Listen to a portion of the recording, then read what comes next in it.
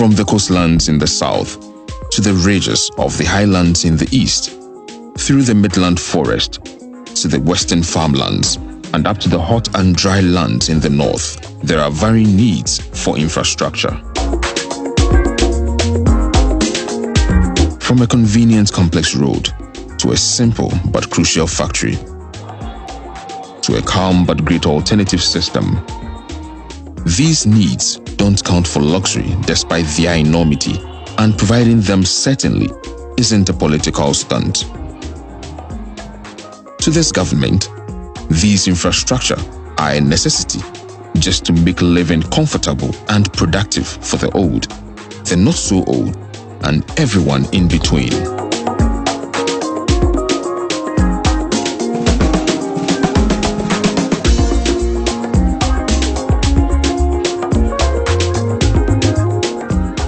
It is said that roads make a crucial contribution to economic growth and bring important social benefits. They are of vital importance to a nation's growth. In addition, providing access to employment, social, health, and education services make a road network crucial in fighting poverty. In the eyes of this government, any gap in our road network left unattended is a threat to our economy as a whole, no matter where the gap is. It is in this same spirit that this government penciled the year 2020 as Year of Roads, and despite the crippling global pandemic, this government remains committed to fixing and upgrading our roads. So far, over 32,800 kilometers of road constructions are already ongoing in various parts of the country. Out of this, 4,500 kilometers of road routine maintenance have already been completed. 130 kilometers of periodic re-graveling, spot improvement, and resealing works are completed. 170 kilometers of minor upgrading and drainage systems are completed. 5,170 kilometers of town roads have been completed in Tamale, Hohoe, Swedro, Takoradi, Yendi, Obuasi, Waliwali, Nalerigo, Kumasi, Gambaga, and 34 more other towns.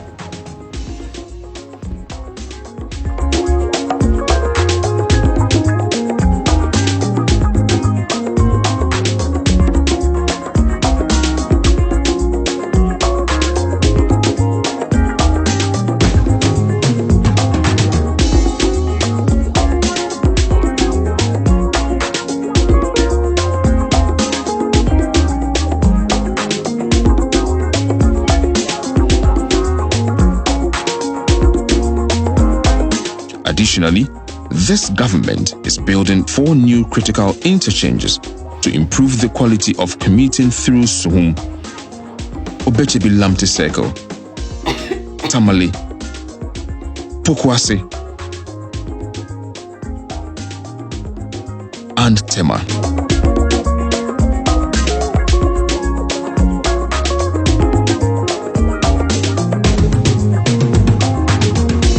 Bridges, the giver of way for roads to cross waters. This one here in Kulungugu is a 100-meter bridge built by this government to make it possible for traders to get their cargo into Burkina and back safely.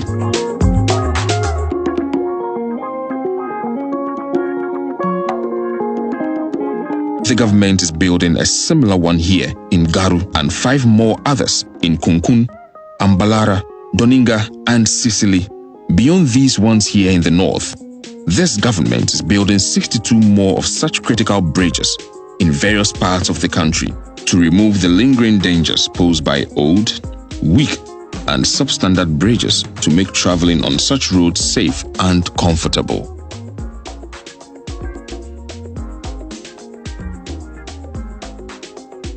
And to truly optimize our internal transportation options, this government is redeveloping our railroad network entirely. With over 119 kilometers of new railway tracks under construction, along with additional 109 kilometers of old tracks going through active rehabilitation. Additionally, The government is upgrading the Kumasi airport to an international airport to remove the inconvenience of transiting through the Kotoka International Airport anytime travelers from the middle and upper parts of the country are traveling abroad. Also, the Tamale and Sunyani airports are being rehabilitated to enhance intercity air travel options and experience.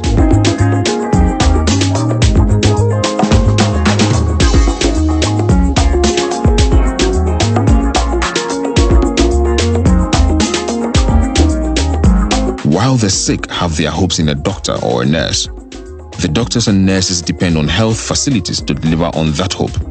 And without this infrastructure, diagnosis can't even happen to allow treatment to begin. Because the government sees this clearly, it has built over 72 clinics plus 50 supplementary wards at different hospitals, increasing our hospital bed capacity by over 2,000 across the country.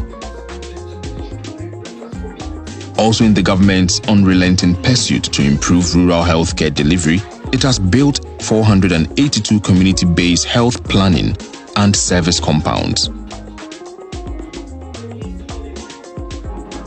And on the promise of enhancing emergency healthcare, the government has acquired and distributed 300 fully equipped ambulances to ensure that at least every constituency in the country has a dedicated ambulance on standby at all times. Yet, to this government, the evolution of emergency healthcare would not be complete without an impeccable mechanism to ensure a blink of time supply of critical medicines, vaccines, and blood to precise locations. And so, to complete emergency healthcare evolution for the good of the people, the government has committed to a thoughtful institution of 4 medical drone delivery centers, with one at Ominako for the southeastern communities, one in Rioso for the western communities, another in Impanya for the mid-country, and this one here in Vopsi for the northern communities. On average, these stations make 180 trips daily, delivering crucially needed medicines, vaccines, blood and test samples, and results to healthcare facilities located as far away as 80 kilometers from here.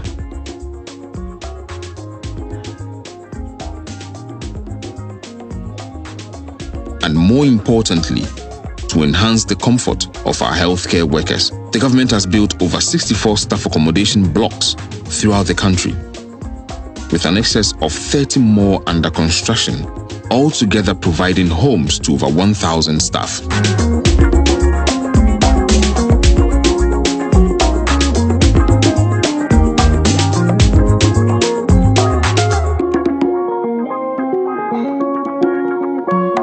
Electricity, the soul of machines, the spirit of a city, and the wonder of the village. Indeed, the need for electric power will remain insatiable. And this government knows it and has its hands all dipped into the job of generating enough of it for the people and the industries. This solar farm here in Gomua Amenfi generates 20 megawatts of power and feeds it into the national power grid.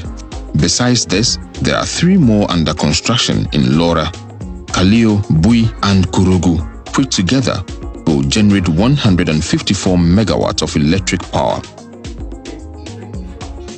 Beyond solar, the government is building a hydroelectric dam in Chachado in the Volta region and another in Pualugu in the northern region with over 60 megawatts generation capacity. These, together with 21 power distribution installations and transformers, are ensuring stable power supply. Now, to ensure wider and proportionate access, the government has extended electricity to over 2,700 communities, with additional extensions ongoing in 628 different communities. The government is continuously installing and fixing lights on our streets, with over 99 streets around the country already lighted.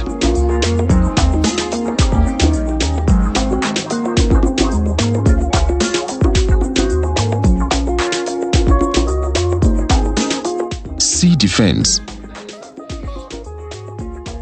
A reinforced stone wall built to keep the sea from running beyond the shores to disrupt the livelihoods and property in coastal communities.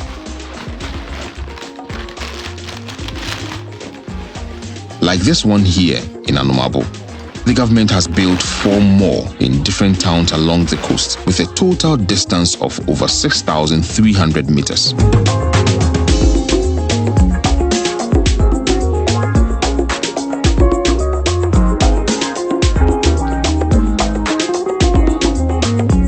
Without the cattle, there will not be enough meat, and there will certainly not be any pure milk for anyone. But for the milk to flow and the meat be abundant, water is twice as essential to the cattle farmers here in the north. And for any given crop farmer here, good harvest largely depends on water due to the dry and hot climate. This is the Bole district of the Savannah region. It is one of the districts previously noted for unending conflicts between local farmers and herdsmen. The conflicts mostly arose as a result of not just competition for pasture, but also for water. All that now belongs to the past, as the cattle now have access to water and pasture. As a result of which, the herdsmen no longer invade the farms belonging to the residents. This is the Mankuma Dam in the Mankuma electoral area of the Savannah region. Over 1,000 inhabitants whose main occupation is farming live in this community. It has one borehole which, according to residents, was a major source of conflict in the community. Thanks to the construction of the dam, pressure has significantly dropped. A herdsman in a nearby community says the construction of the dam has eased the burden on his wives and children who hitherto would travel long distances to wash their clothes and fetch water for other domestic chores. Additionally, he notes his herd is assured of water all year round and that he does not have to travel long distances to water the herd. These days, because of the availability of water, we the herdsmen are at peace with the local farmers. The Mankuma Dam also has the potential for aquaculture. When they are not working on their farms, some of the residents take advantage to fish in the dam. Now if you go to Bole Market, there's fresh vegetable around the whole time. We get fresh vegetables and you don't hear people actually fighting over water. And you don't also hear people going around saying Fulanis have come to their farms to drink their water and eating their food stuff and everything. Because we have water in abundance. From Mankuma, the team moved to Mandari. There is a cashew plantation next to this dam. The owner of the cashew plantation says all he needs now is a pumping machine to make maximum use of the dam to produce the cashew in commercial quantities. Our team noticed that the water level in this dam had dropped significantly, but the residents of the community explained that it was the result of overspillage. We have 10 completed and we are now actually waiting for another group. For now, we are doing community based. Wherever we see a cluster of communities, we put one for everyone to enjoy. The One Village, One Dam initiative is not only providing timely water for farming and cattle rearing, it is also providing alternative livelihood for farmers who decide to down their tools completely during the dry season. Because of this, the government has thoughtfully started the construction of over 500 dams and dugouts like this one here in Zuarungu to hold and reserve over 12 million cubic meters of water to serve over 570,000 farmers through the dry season. Also, the government has undertaken the nation's single largest investment yet in the entire northern part of the country by building an irrigation-based dam in Pualugu to increase our irrigable farmland by nearly 24,000 hectares, which only stood at 13,000 hectares since independence.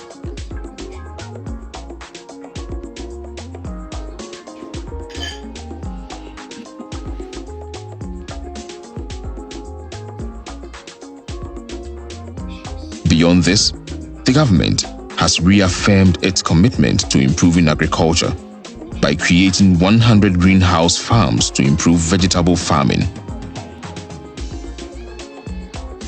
plus over 100 warehouse nationwide with an average storage capacity of 100,000 metric tons to save over 2 million farmers who consistently would lose significant portions of their harvest to poor or insufficient storage facilities.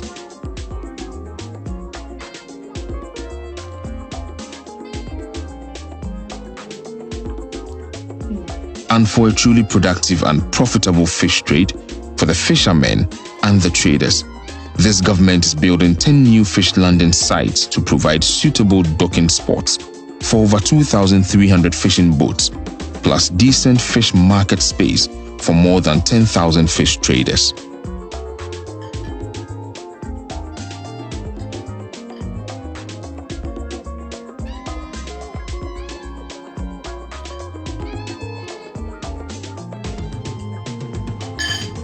This is a market store complex. It has 48 separate stores, patronized by people from communities here and around Asante Mampong. Government is building 81 more others, with over 5,200 stores in between them, serving over 10,000 communities across the country. Also, this government has bridged the market access gap by undertaking 131 market complexes like this one here, and is additionally building 237 market stalls and sheds throughout the country.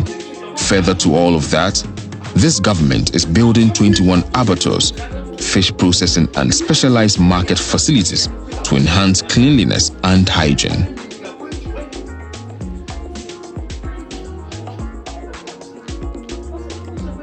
Arguably, economies are driven by industries, and industries are a collection of small and big factories. Indeed, for any economy to boom, factories are a factor.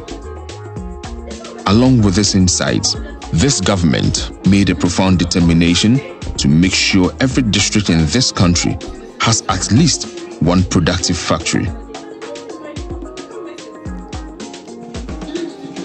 On that count, this government has reconditioned 68 existing factories to boost their output capacity and has built 59 new factories under its One District, One Factory program. Together, these factories have created over 10,900 jobs for the everyday ordinary Ghanaian. Apart from this, the government has built 11 common user processing factories, 36 medium-scale processing factories, and 58 small-scale processing factories throughout the country, processing our locally cultivated rice, maize, palm oil, tomatoes, and more. All of this has had a continuous incredible impact on our exports and the economy as a whole.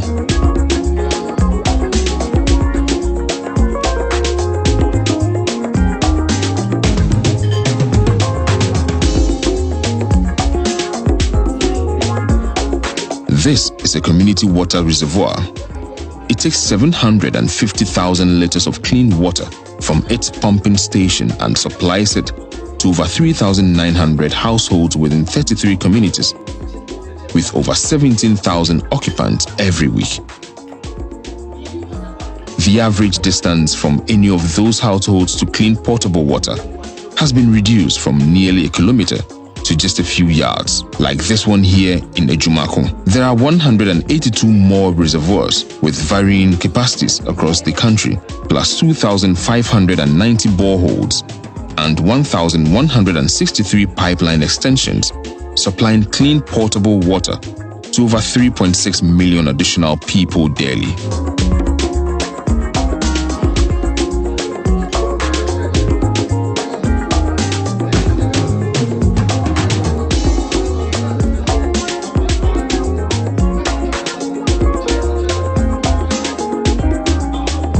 Here is a 38-in-1 cubicle private water closet facility for a rural community in the Ashanti region. The government is building over 1,400 of similar facilities for communities with no or disproportionate access to toilet facilities in all regions, plus 200 multi-unit flushable latrines, and has distributed over units of 17,000 of Digni-Lu toilets. Also, the government has built 4,765 toilet facilities in communities where open defecation is pervasive. All of these together is providing decent places of convenience for over 8 million people whose options would have been cut to either open defecation or some awful toilet facility in some far distance.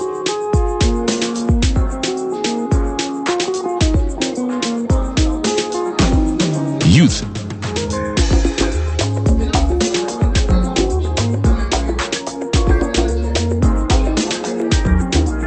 To truly empower ours, this government has built youth resource facilities to offer assistance and also equip the younger generation in various fields of entrepreneurship and trade.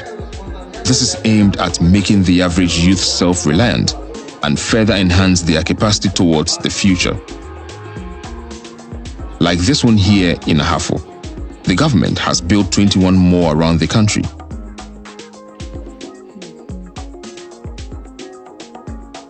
On the front of sports development for the youth, the government is building 18 community football parks and sports complexes, plus 22 more astroturfs under construction to aid the progress of our youth in the good old game soccer.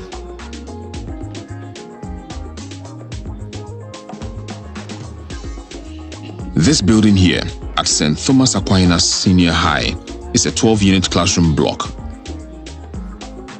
This other one at Northern Star Senior High has 12, and this Osu Presby one has 18 classrooms. And all of that is just a scratch on the surface. The government has built over 1,000 of such classroom blocks in different schools across all the regions of the country, creating suitable learning space for over 450,000 pupils and students.